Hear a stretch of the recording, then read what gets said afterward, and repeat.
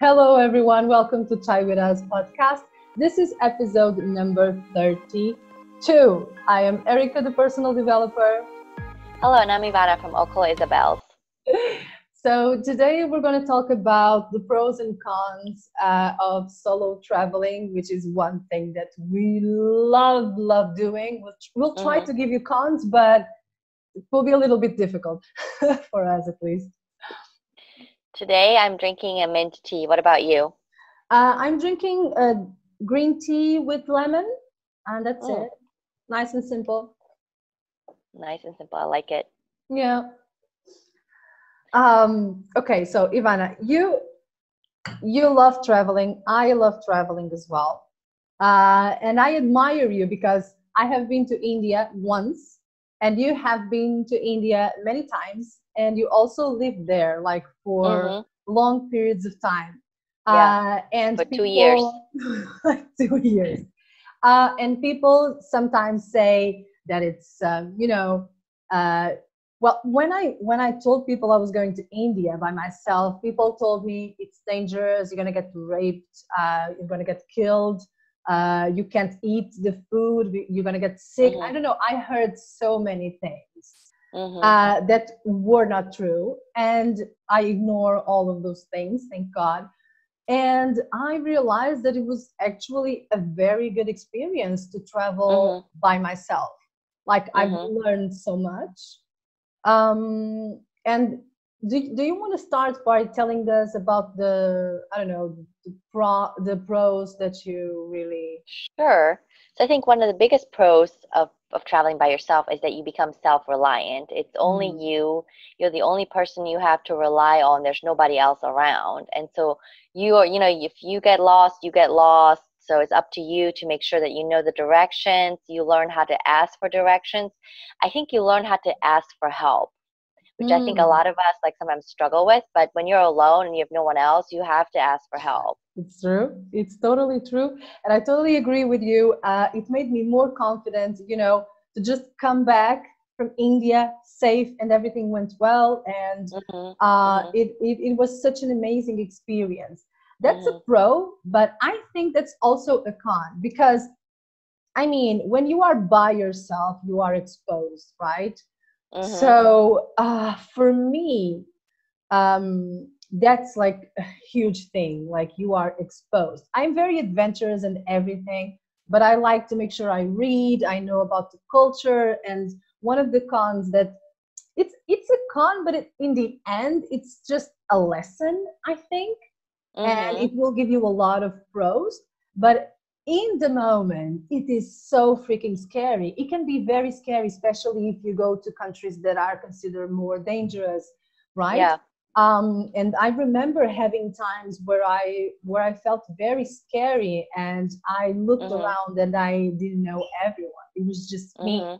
So yeah, self-reliance like to the max. But it was also freaking scary, realizing, and at the same time freeing.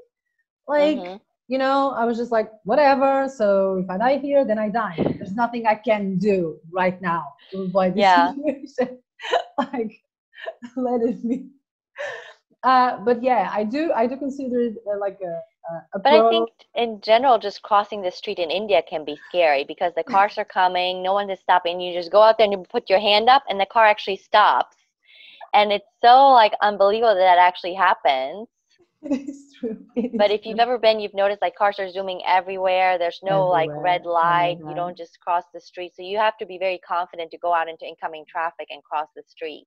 Right. And I love this thing about you learn how to, and sometimes it's fake confidence. I remember going to Marrakesh, and I learned from Marrakesh Mama. I don't know, someone who has this beautiful account with everything about Marrakesh. And she was telling how important it is to have sunglasses so you can avoid the stairs and you can walk around, and it's so cool. And she was speaking about having a straight face, don't smile too much because you can be misinterpreted. And it's crazy.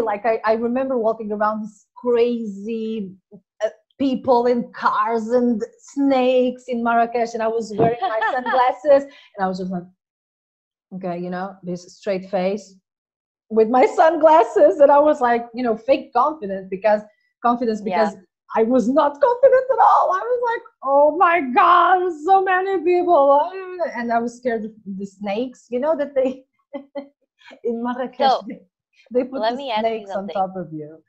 So They put the snakes on top of you? yeah, so it's a trick. They put the snakes on top of you, like over your neck, and then Oh, you mean when on you, you around give, your neck? yeah, around your Yeah. neck, and then when you give them the money, they take the snakes. So I knew that beforehand, and I was like, you know, running from the snakes. You know, I was not Yeah, yeah, confident yeah, at yeah, all. yeah.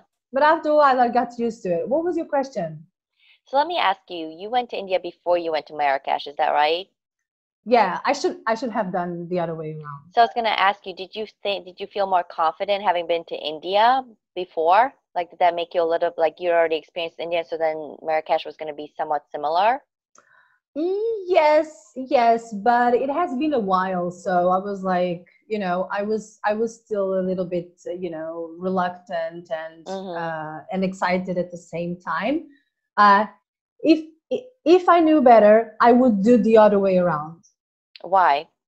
Because in Marrakesh, for example, not the entire Morocco, but in Marrakesh, for example, you have a lot of like, you feel a bit more safe. You see a lot of Okay. policemen around, and Mm-hmm. you have the, you know, you still have this cultural thing, you know, this cultural feel, Mm-hmm. but you feel a little bit more safe than in Okay. India. Because when you go to India, like, you know, it's like, It's the only yeah, way to describe it. how can I describe this to Spotify? People who are not looking at me right now. When you go to India, it's on you, you know, you are by Yeah, yourself, like completely. Like, forget about, like, just, it's you and God, if you believe in God or the it's universe, if true. you are spirit. But you learn how to pray there a lot faster. Yes, you learn that. It's true. So I think that Marrakesh is a very good start because there are like some cultural things that are very similar to what you will Mm-hmm. find in India, Mm-hmm. and but you kind of feel safer. Okay, Okay. it's a different environment, but I would do the other way around. It was okay. I'm Yeah. fine. Here I am.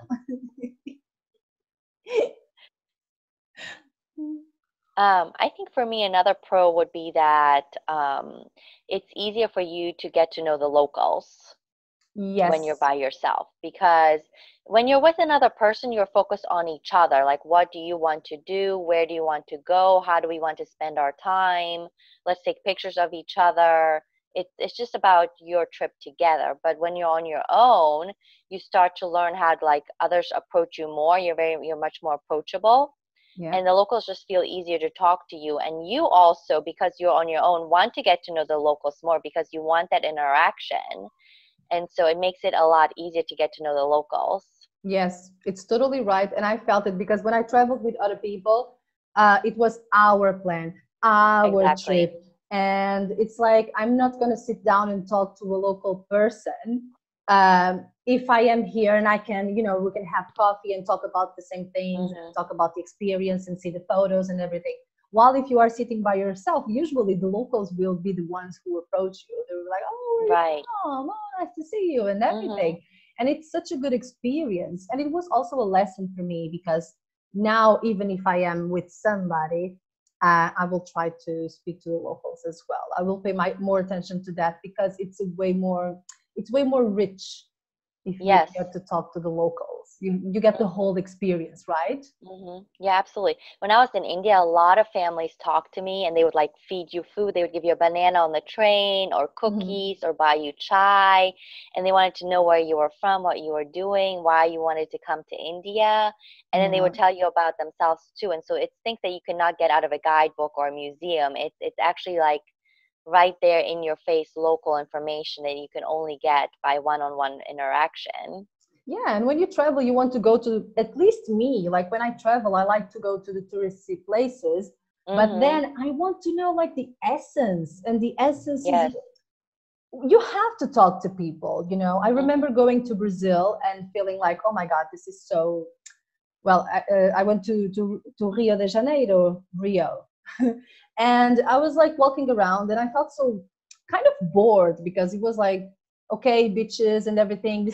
Everything is so pretty, but like, where are the favelas? Where are the people?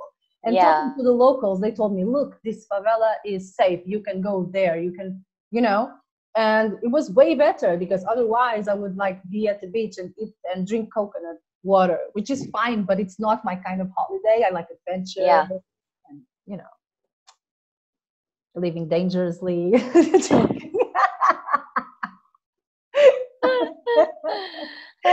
I actually had the good fortune that my very first time in India, my first trip to India was actually a wedding. So I got to experience an Indian wedding in India, and it was amazing. It was magical.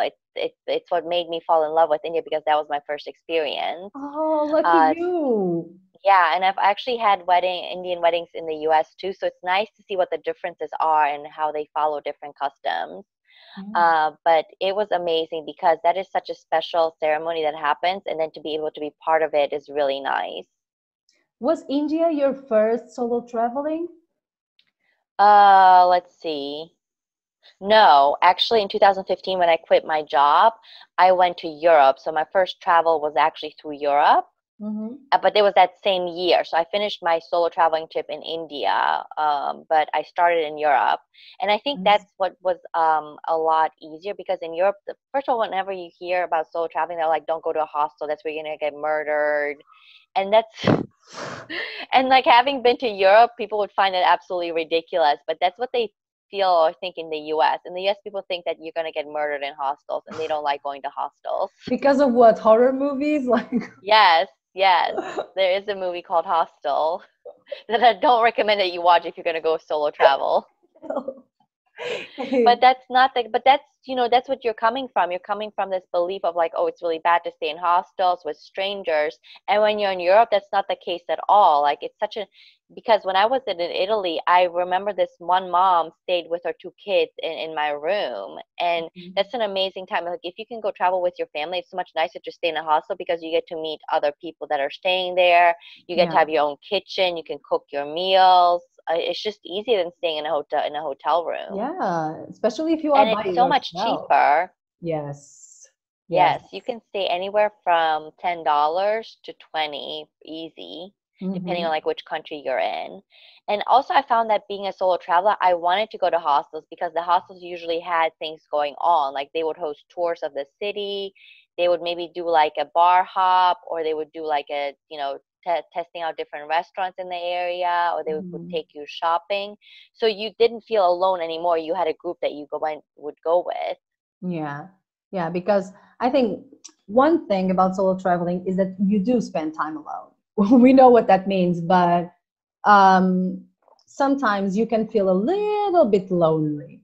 And I think that this, especially if you are going for a long time, I had the time of my life in Marrakesh. I went there for 5 days. Time of my life. I needed time alone. But if you go like for 20 days, a month more, I mean, you need to stay in places where you can actually like connect to people, and it makes the journey way easier. Yeah.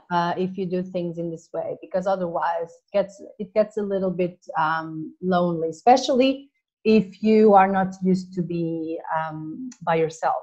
And it costs you. I feel like traveling sometimes ruins you a little bit because it's so easy to make friends, right? When you're traveling, when you're in hostels, you will immediately form a connection with someone. And then, like, for example, I was in Portugal, we were in Lisbon, and I just got to my room, and the woman that was in my room with me said, hey, I met this guy. We're going to rent a car tomorrow, and we're going to drive up to Sintra, is that what it's called? Sintra, yes. Yeah, to go see it. Do you want to come with? And I said yes. So I said yes to this complete stranger I just met for like 5 minutes ago to meet with a guy that I'd never met before, and we were going to rent a car together and drive to a popular tourist destination.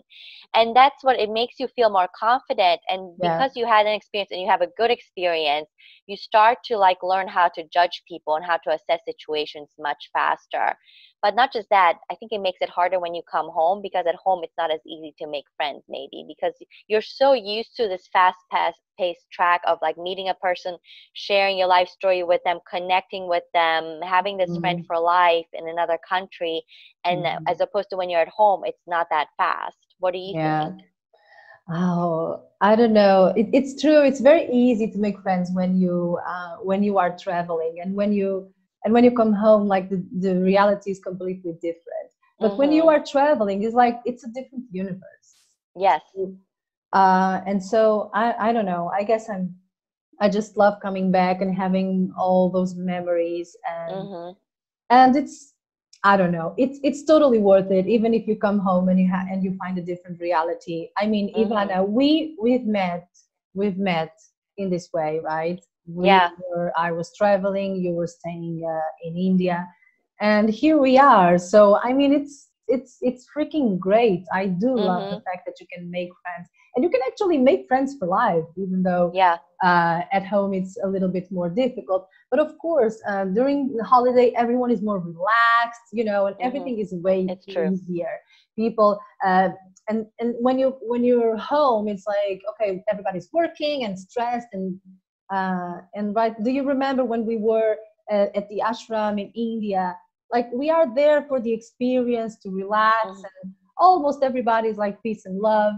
And of course, everything is easier because that's the mood, right? That's how it should be. And when reality, I don't like saying reality after holiday, because it seems like holidays are nice. I know what you mean. And then when you come home, like everything is and it's not it's not it. It's just that it's different. Everyone is more relaxed in holiday. And that is true. You don't have to go to work. You don't have those obligations to think about. What was your solo travel? What was your first solo trip? Before India, I only solo traveled. Oh, I'm crazy. My first solo travel was to Hungary. Many years ago. I forgot about that experience. I was so freaking young. How old was I? 20. I don't remember. But yeah, I was very young, and I stayed in Hungary for 4 months, something like that. Oh, wow. Okay. I went by myself. I just decided one month, I decided that I wanted to go on this exchange program. And then after a couple of months, I was in Hungary. in a village called Kecskemet, completely by myself, not speaking Hungarian, being black as I am. And so that was my first solo traveling experience that I can remember. I did a few in Portugal. I like to go by myself for a couple of days. I learned that lesson very early. And that was my first experience. And I went to work with mental disabled people, children actually, and it was a great experience. It was I loved it. I felt brave. I felt empowered. I felt like I can do anything I want. Because after 2 months I was like starting to understand Hungarian, and I had to overcome a lot of fears in Hungary. And also, this goes along with one of my pros of traveling, solo traveling, is that you get to spend so much time with yourself, that you get to go deep, that you get to work on yourself. When you are at home and, you are surrounded by people, sometimes you don't have the time to really go deep. I mean, you can do a lot of personal growth work. I still do it. I'm at home, I'm with my boyfriend, whatever, I do stuff, but nothing compares to going to travel by yourself and being with your thoughts every single day and no one to talk to. Yeah. And I think it's better if you can, for people that want to go to solo travel, pick one country and go to that country and spend more time there, because you're going to have a richer, more fulfilling experience as opposed to constantly moving. Because what happens when you're constantly moving, sometimes you have a hard time just enjoying the place you're at, because you're always thinking of like where you're going next.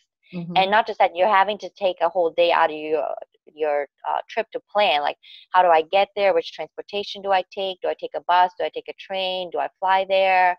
Then when I get there, where am I staying? You have to pick the hostel. How do I get around? What do I want to see there?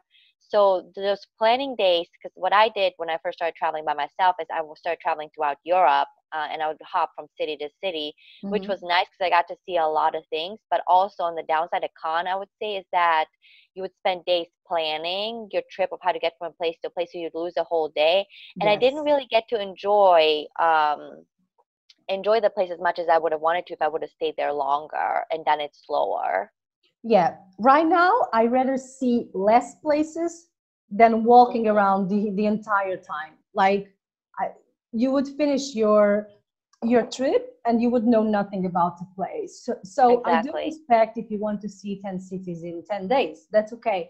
But I mean, I'd rather be 10 days in one very interesting city and get to know people. I love the feeling of, you know, being on holiday, spend some days in hotel, whatever, hostel, whatever, and just go out in the morning and know where I'm going, you know, feeling that I know the city, feeling that I could live there, you know.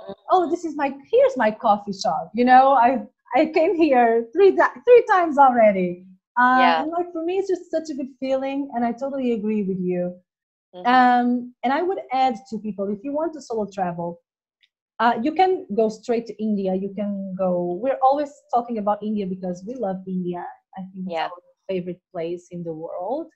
But if you want to go to more, I don't know, Latin America, some specific countries where you may feel more, you know, not so safe, I would say try to go to more safer places first.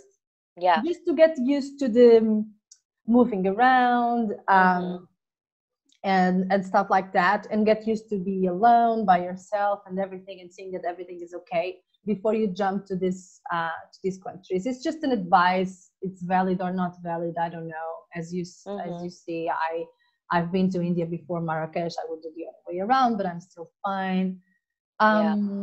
Yeah.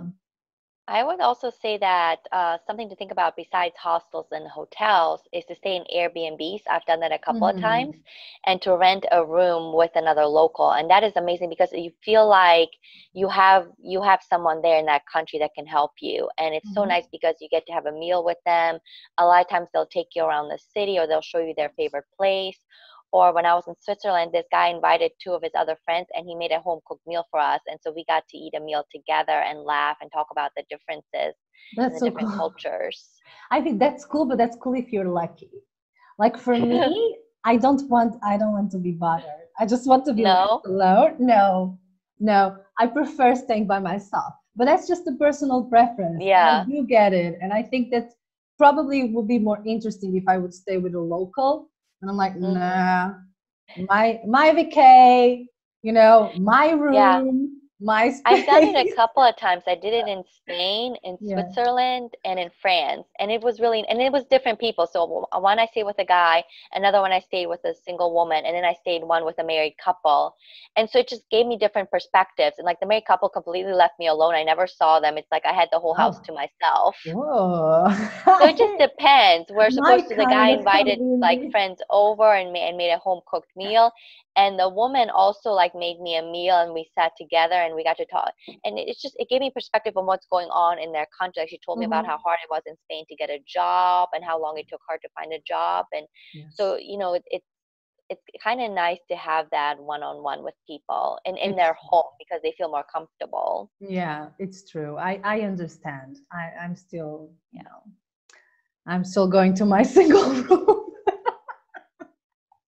But I love the idea. And if you invite me for lunch, I'll go. But yeah. I wanted to talk. Do you know what I'm thinking? Like, it's so crazy. We are recording this episode, and so many memories are coming to my mind, and they're so beautiful. And we are in this pandemic right now. And the borders are shutting down again, and I'm discovering that here in Spain the borders are shutting down again, and I am like, oh my God, I want to travel. Like, when is this situation going to end? Because you know, we are so enriched by traveling and actually speaking to other cultures face to face.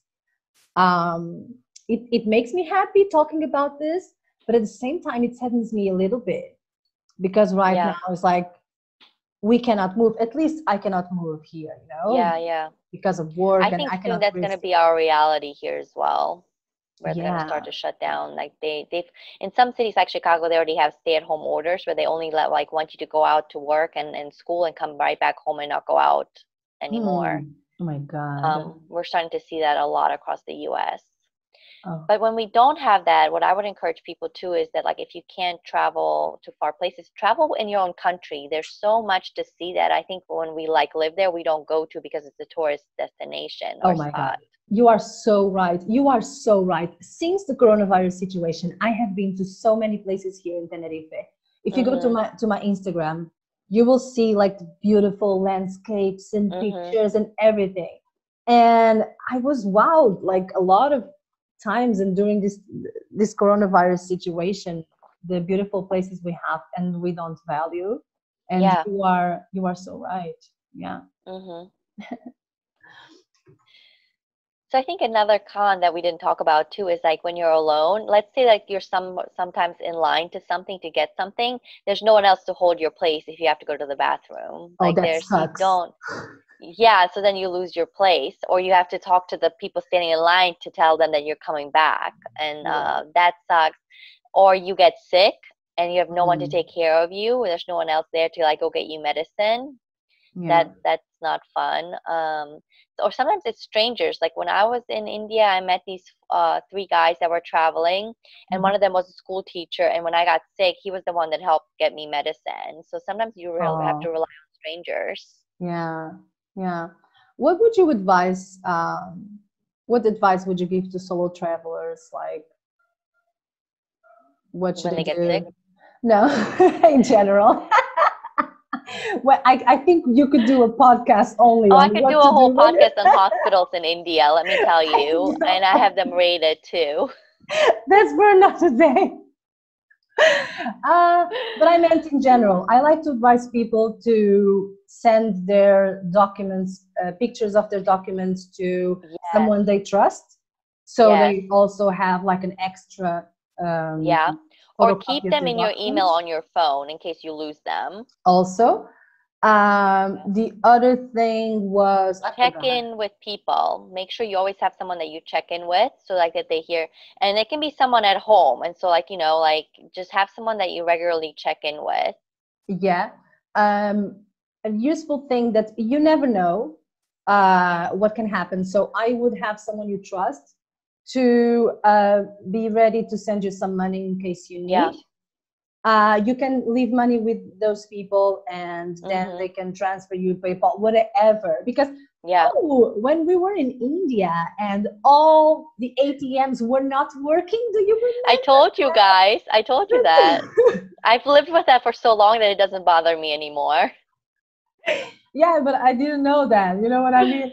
And I was like, oh my God, I need money. How is this possible? Like, so strange things can happen. And so I was in India when the Prime Minister Modi decided to cancel like 2 of the banknotes and gave you only like overnight for you to go get money out of the bank. And there was no money in any of the ATMs. And when you did find one, there was a limit of 2,000. So think about that, traveling and only being able to take out 2,000 rupees daily. Yeah. Like, how much is that? That is maybe $15, $20. Right. Yeah, that's not a lot. I would also say take some money and hide it somewhere. Like take like a lipstick, empty it out, and roll like 100 and put it in there and put it with you in a safe place, so that if for some reason if somebody steals your wallet, you have backup cash that you can use. I would say also do a lot of research to the place where you're going. Seriously, we hear some very scary stories. And I'm not saying that this is like the whole truth, but sometimes it's just people not respecting the culture they are going to, you know? Exactly. So do a lot of research and look for, you know, politics. How is it going? What is it that you can do? And what is it that you cannot do? Because this is freaking important. Like some countries don't care if you are tourist and you don't know what's going on. It's true, you know? And you should know what's going on. I mean, I think that we should know what's going on, right? Because we are, if you come to my house, I have rules. So the same. Yeah. Are we talking too much? Yes, as always. We have a lot of pros and some cons, but we try to get there. The thing is that all the cons just takes you to a lot of pros. Exactly, yeah. Experience, adventures to tell people, more confidence, you know, self-reliance, as you said. I mean, overall, I think there's not a single con that's gonna make you not want to travel by yourself or travel. Sorry. Try another channel. We're not telling you not to solo travel. It's true. We cannot. We tried. I can't, really. Is that a wrap? I think yeah, so. Let's hear from our audience. Have you solo traveled? Where did you go? How did it go? Let us know. Yeah. Okay, that's it, everyone. See you next week. Thank you. Bye.